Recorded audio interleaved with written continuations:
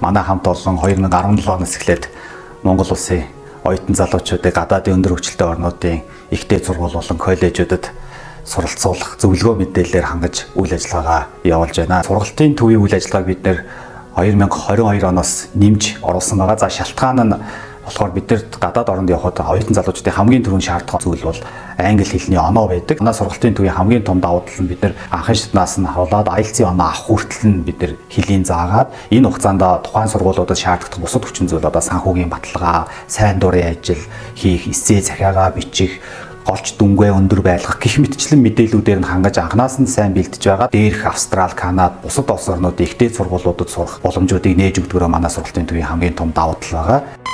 Энэ сургалтын надад таалагдсан юм нь төвшнгөөрөө ингээд сургаж заагаад энэ төвшний амжилттай дүүргэчихвэл дараа нь ингээд төвшнгөө ахаад ингээд системчлээд сурахад их тохиромжтой сайхан санагцсан. Хэл сураад ингээд гадагшаа сурах зорилготой яг яхаа мэдгүй байгаа хүүхдүүдэд манай багш нар зааж зөвлөөд тэр хүүхдэд ингээд үнэхээр тусламж дэмжлэг болдгоо.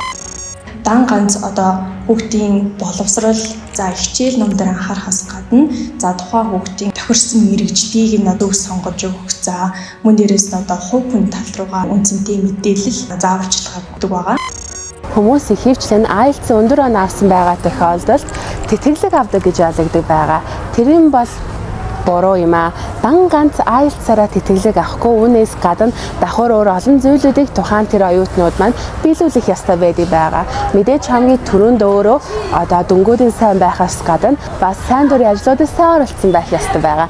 Ерөнхийдөө минимум 120 цаг гэдэг дээшээгээ тэтгэлэг авах хэмжээ төрий гэвэл 200 цаг гэж заагаад өгсөн байдаг байгаа. Одоо ингээ манай сурагчид оюутнууд бүгдээрээ л том сургууль сурыг, гадаад хэлний өндөр оноотой болъё, тэтгэлэг авъя гэсэн хүсэл мөрөөдөлтэй байдаг.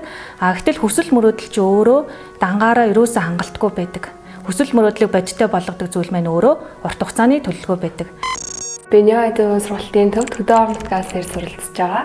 Манай сургалтын төвийн онцлог гэх юм бол англи хэлний сургалт өгөхөөс гадна гадаадад хэрхэн суралцах, мөн тэтгэлэг авах талаар мэдээлэл өгдөгөрөө илүү онцлогтой.